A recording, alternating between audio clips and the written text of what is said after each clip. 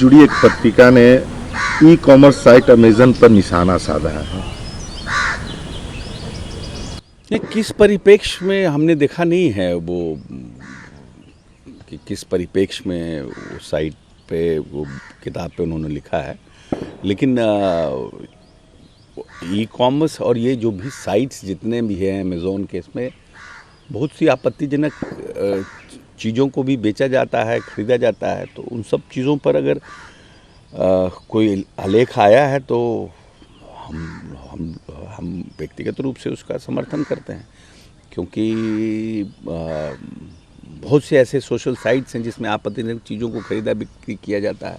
और क्योंकि अब तो social sites open to everyone है, जैसे क्या है कि पहले एक मूवी भी बनती थी तो उसमें ये रहता था कि ये एडल्ट्स मूवी है, ये 18 साल से ऊपर के बच्चे जो मैच्योर्ड हैं उनको। लेकिन अब तो जब से सोशल मीडिया का ज़माना आया है तो anybody can go to any sites, तो ये एक इश्यूज़ तो है ही है।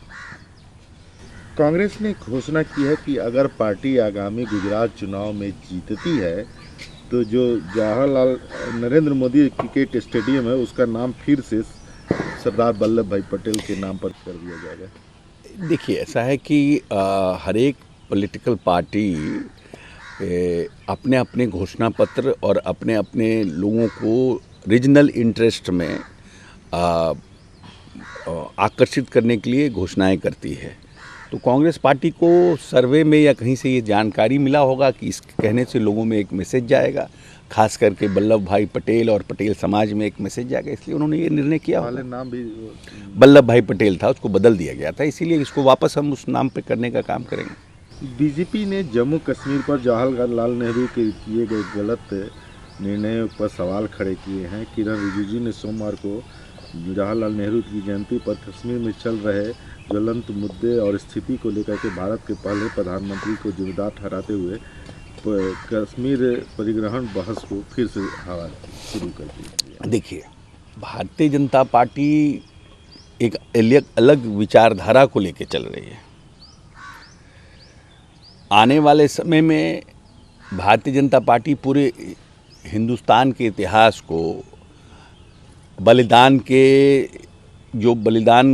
हुई आज़ादी के समय, उसको सब चीज़ों को अपने तरीके से प्रकट करना चाहती है, अपने तरीके से लोगों को प्रोजेक्ट करना चाहती है जो उनके हित में हो। जवाहरलाल नेहरू देश के प्रथम प्रधानमंत्री थे।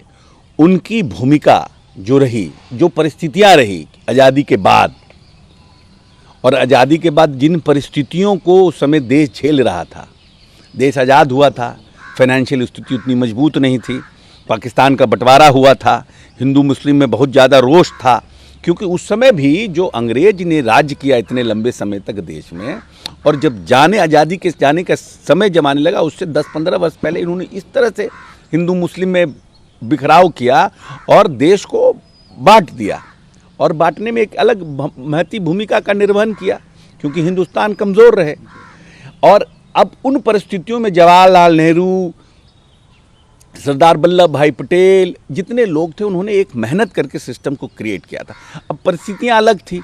अब 70 साल बाद आप उन परिस्थितियों को बिना जाने हुए और उसका विश्लेषण आप करिएगा तो निश्चित रूप से आज का जो नौजवान है वो जवाहरलाल नेहरू के प्रति जो सम्मान रखता है उसमें कमी आएगी। तो ये तो एक, क्योंकि विरासत जो कांग्रेस का है वो तो डिफरेंट है। भारतीय राष्ट्रीय कांग्रेस की जो विरासत रही है, चाहे महात्मा गांधी का, चाहे जवाहरलाल नेहरू का, चाहे जितने भी सुभाष चंद्र बोस का, जितने भी बड़े हमारे क्रांतिकारी पूर्वज रहे जिन्होंने आज़ादी की लड़ाई में अपना सर्वस्व निछावर किया, उस समय तो भारतीय जनता पार्टी कहीं एग्जिस्ट नहीं करती थी ना।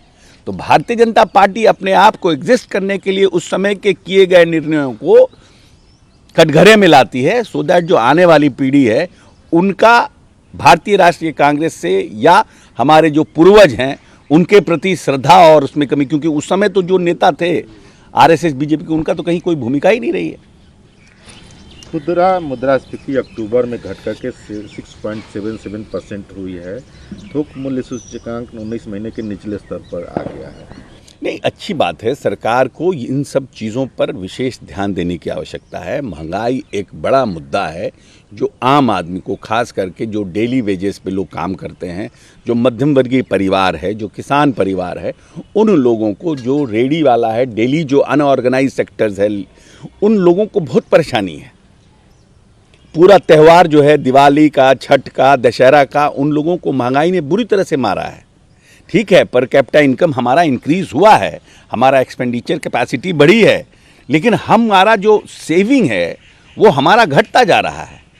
तो उन सब चीज़ों पर अगर सरकार काम करे और मजबूती से काम करे, हम समझते हैं देश के हित में होगा। नितिन गडकरी ने घोषणा की है कि 2024 तक बिहार का सड़क नेटवर्क जो है अमेरिका के बराबर होगा। कल हम उस सभा में थे जहां पर नितिन गडकरी जी ने इस बात की घोषणा की है।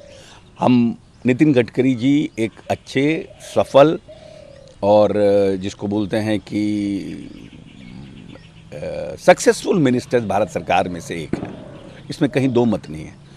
जो व्यक्ति देश के लिए, प्रदेश के लिए काम करता हो, उसको मुक्त कंठ से उसकी प्रशंसा की जानी चाहिए कि वो किसी भी पॉलिटिकल पार्टी का हो। तो उनमें नितिन गडकरी जी हैं, चाहे वो सीट बेल्ट का मुद्दा हो, बैक सीट का मुद्दा हो, चाहे बैटरी ऑपरेटेड गाड़ियों का या इलेक्ट्रिक ऑपरेटेड गाड़ियों की हो, चाहे वो रोड्स को डेवलप कैसे हम फर्दर करें उसकी बात हो, सब पर नितिन गडकरी ने बहुत काम किया है और बिहार के लिए भी काम। लेकिन अब अगर उस तरह से हमारा जो बहुत से इश्यूज़ को तेजस्वी जी ने कल उनके सामने उठाया, जो आरओबी की स्थिति थी कि बहुत से आरओबीज़ का है, तो उन सब पर भी ध्यान दें और अगर बिहार का उस तरह से कर देंगे तो बहुत ही अच्छी बात है। माननीय नीतीश कुमार जी ने इन 17 वर्षों में मूलभूत संरचनाओं के विकास में बहुत काम किया है और उसमें अगर भारत सरकार का भी होगा, इसीलिए तो हम कहते हैं कि बहुत से जगह पर स्कीम्स जो है वो 60-40, 50-50 के इश्यूज़ पे है बहुत से स्कीम्स। और अधिग्रहण भी हमारे उसमें आता है ज़मीन का।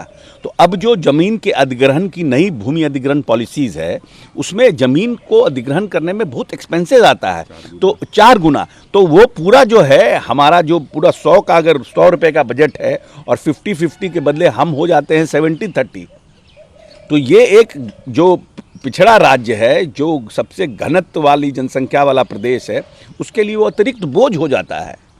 तो ये सब चीज़ों पर भी ध्यान देना चाहिए कि अधिग्रहण में भी हम व्यवस्थित करें। सिर्फ बोलने से नहीं होगा, अभी अधिग्रहण में भी आप क्या, भारत सरकार हमें मदद कर सकती है, उसको भी इनकॉर्पोरेट करना पड़ेगा। इसीलिए हम बार बार मुख्यमंत्री जी कह रहे हैं विशेष राज्य का दर्जा। जो विशेष राज्य का दर्जा मिलता है तो आपको 90-10 का रहता है। तो हमारे पास जो इंटरनल रिसोर्सेज है, बीइंग सच अ एक्सट्रीमली पॉपुलेटेड स्टेट्स, हम जिसको बोलते हैं इंफ्रास्ट्रक्चरली सबसे तेज गति से बढ़ने वाला प्रदेश हम हैं मूलभूत संरचनाओं में।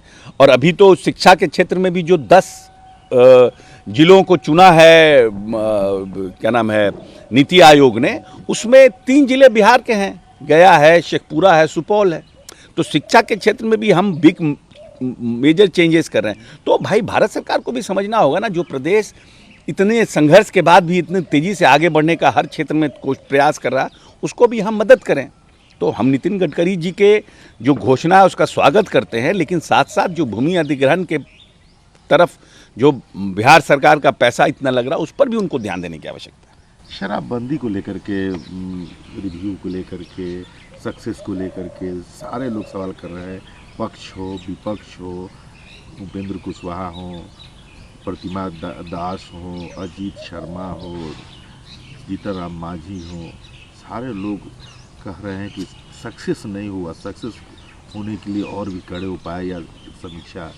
देखिए, ऐसा है कि डाउरी एक्ट, SC/ST एक्ट, उसके बाद आर्म्स एक्ट, ये सब तो बहुत पहले आया ना देश में, फिर भी SC/ST की घटनाएं हो रही है कि नहीं।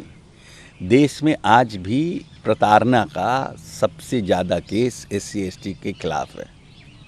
आज भी सबसे ज़्यादा रेप के बाद मर्डर SC/ST का हो रहा है। आज भी प्रदेश में SC/ST की जो स्थितियां हैं वो नहीं, लेकिन SC/ST प्रोटेक्शन एक्ट बना हुआ है, आर्म्स एक्ट बना हुआ है कि आप किसी भी तरह से गैर लाइसेंसी बंदूक के लेके लोग नहीं चलते हैं, लेकिन घटनाएं हो रही है कि नहीं हो रही है। डाउरी एक्ट, बना हुआ है, किस तरह से डाउरी एक्ट का दुरुपयोग हो रहा है और लोगों में दुरुपयोग भी हो रहा है और डाउरी के घटनाएं भी, दहेज की घटनाएं भी हो रही हैं। तो जब आप इन सब, ये सब क्या है, ये सब सामाजिक बदलाव के लिए लाया गया कानून है। उसी तरह से शराबबंदी भी सामाजिक बदलाव के लिए लाया गया कानून है।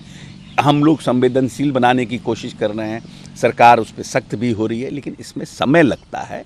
और ये सब एक्ट में जो संविधान को नहीं मानने वाले लोग हैं वो हर जगह रहते हैं। इसलिए हमको लगता है कि आने वाले समय में जैसे जैसे हम परिपक्व होंगे, हमारी मैच्योरिटी लेवल समाज के प्रति बढ़ेगी, हम शिक्षित होंगे, हमको अपने आप कानून का एहसास होगा और हम बदलना शुरू करेंगे।